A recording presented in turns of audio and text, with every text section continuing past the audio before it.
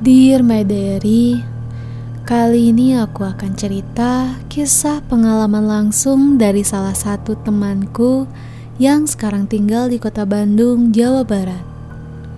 Mari kita sebut saja dia Dani. Kejadian ini dia alami sewaktu dia masih berkuliah di salah satu perguruan tinggi negeri terkenal di Bandung. Sore itu Dani masih ingat betul betapa bahagianya ketika dia mendapat kabar bahwa dia lolos UMPTN ke kampus pilihannya.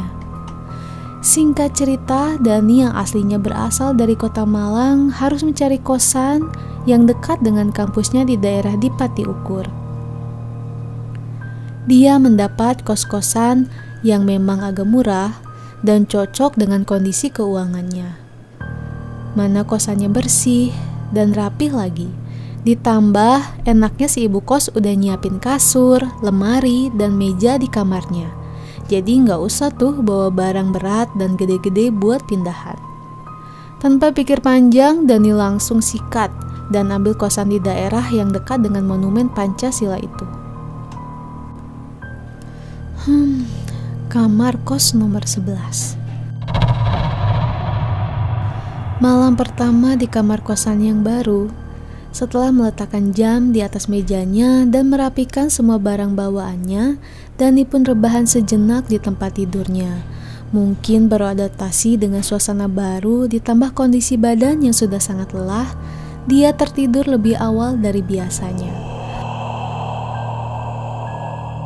Tapi tiba-tiba dia terbangun karena kaget. Mendengar suara bantingan pintu yang keras dari kamar sebelah, diikuti beberapa suara barang. Seperti suara barang dibanting. Lalu suara tangisan perempuan dari dinding di sebelah kamarnya.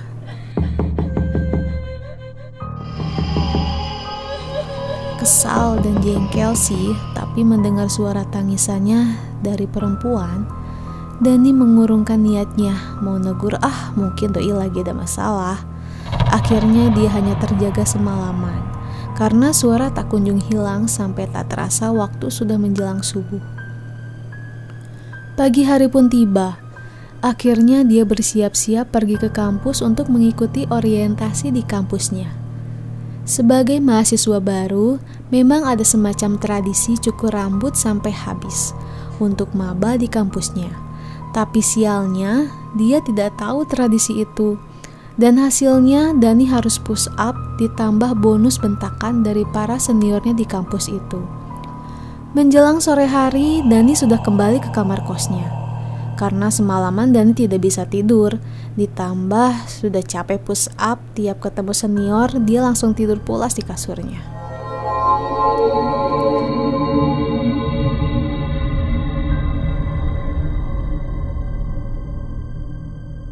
Seperti malam sebelumnya, Dani kembali terbangun karena suara tangis dari kamar sebelah.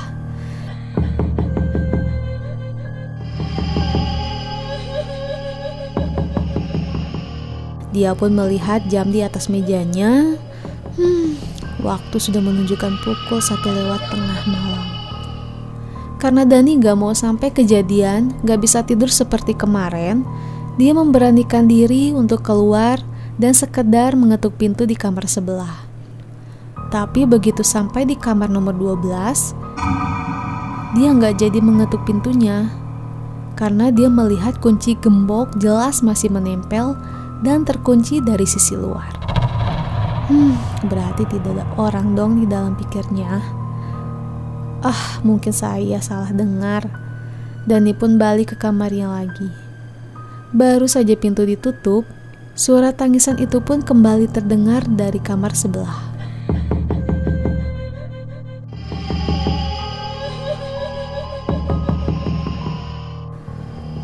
Mungkin doi udah balik, dia pun keluar lagi. Tapi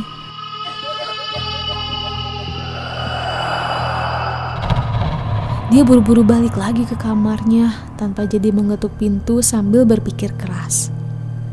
Dani mencoba membaca semua doa-doa yang bisa dia ingat saat itu. Tubuhnya bergetar hebat karena ketakutan. Ya, Dani begitu panik karena dia masih melihat kunci gembok menempel rapi di pintu kamar nomor 12. Lantas, itu suara tangisan siapa? Karena suara itu jelas dan masih terdengar menangis dari kamar sebelah. Keesokan harinya, seperti hari sebelumnya, Dani pulang ke kosan di sore hari dan langsung tertidur karena lagi-lagi dia terjaga semalaman. Sudah 2 malam dia tidak bisa tidur normal. Dan sudah bisa ditebak, di malam ketiga di kosan itu, Dani kembali terbangun. Tapi kali ini sepi, tidak ada suara apapun. Bahkan terlalu sepi, karena suara binatang malam pun tidak terdengar sama sekali. Sebentar, ada yang aneh nih. Karena kini Dani melihat ke sekeliling kamarnya yang agak gelap. Tapi dia sama sekali tidak mengenali barang-barang yang ada di kamar tersebut. Kasurnya tanpa spray. Padahal dia ingat betul spray dengan motif tim bola favoritnya sudah dia pasang di kasurnya. Bahkan sekarang dia sadar ini sama sekali bukanlah kamarnya sendiri. Lemari yang agak berdebu seperti tidak pernah ada orang yang tinggal di sana. Semakin kaget karena tepat di kursi. Ya, di kursi. Di depan meja, Dani melihat sesosok perempuan sedang melihat tajam ke arahnya. Tangannya terlihat memegang beberapa helai daun dengan bunga yang sudah layu. Lalu perempuan itu pun tersenyum kepadanya. Dan Dani pun berusaha dengan sekuat tenaga untuk pergi. Tapi dia sama sekali tidak bisa bergerak. Tubuhnya menolak untuk digerakkan. Dani yang sudah sangat ketakutan kini hanya bisa berdoa. Tapi sepatah kata pun tidak bisa keluar dari mulutnya. Perempuan itu pun berdiri perlahan dan berjalan mendekati Dani. Tangannya yang terlihat sangat pucat, bahkan terlalu pucat, kini ada di wajah Dani. Dingin, hanya dingin di wajahnya, dan Dani pun kembali terbangun. Kali ini benar-benar di kamarnya sendiri. Spray favoritnya pun jelas terpasang di kasurnya.